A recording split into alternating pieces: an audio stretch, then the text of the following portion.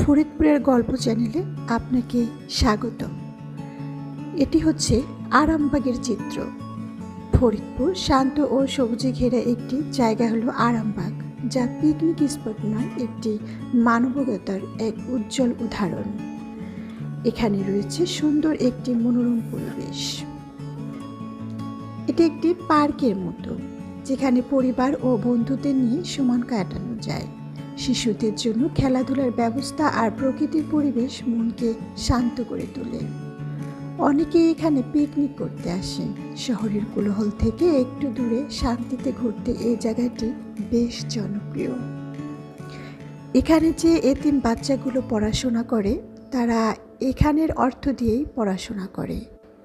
এবং মানবিক দিক থেকে চিন্তা করতে গেলে এখানে দান এবং বিভিন্ন সংস্থা থেকে যদি কোনো অনুদান আসে, সেগুলো থেকে এই এতিমখানাটি পরিচালনা করা হয়।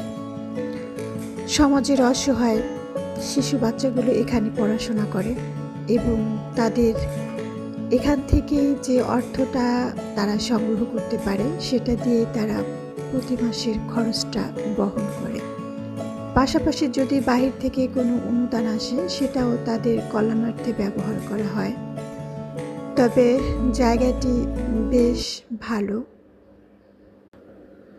এখানে পরিবার পরিজন এবং শিশুদের নিয়ে আসলে মন ভালো করার মতোই একটা পরিবেশ, যেটা দেখলে আপনার খুব ভালো লাগবে এবং শান্ত নিরিবিলিতে সময় কাটাতে পারবেন।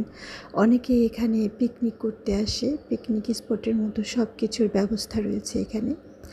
বেলা 3টা থেকে এটা উত্তোলন করা হয় এবং বিকেলে মানুষের মোটামুটি পর্যটকদের একটা ভিড় থাকে।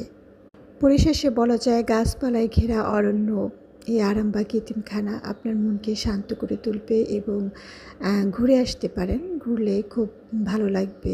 দেখতেও খুব সুন্দর, পরিষ্কার পরিচ্ছন্ন এবং খুবই নিরিবিলি। বিশেষ করে এটা একটা শান্ত এবং কোলাহলমুক্ত একটা পরিবেশ।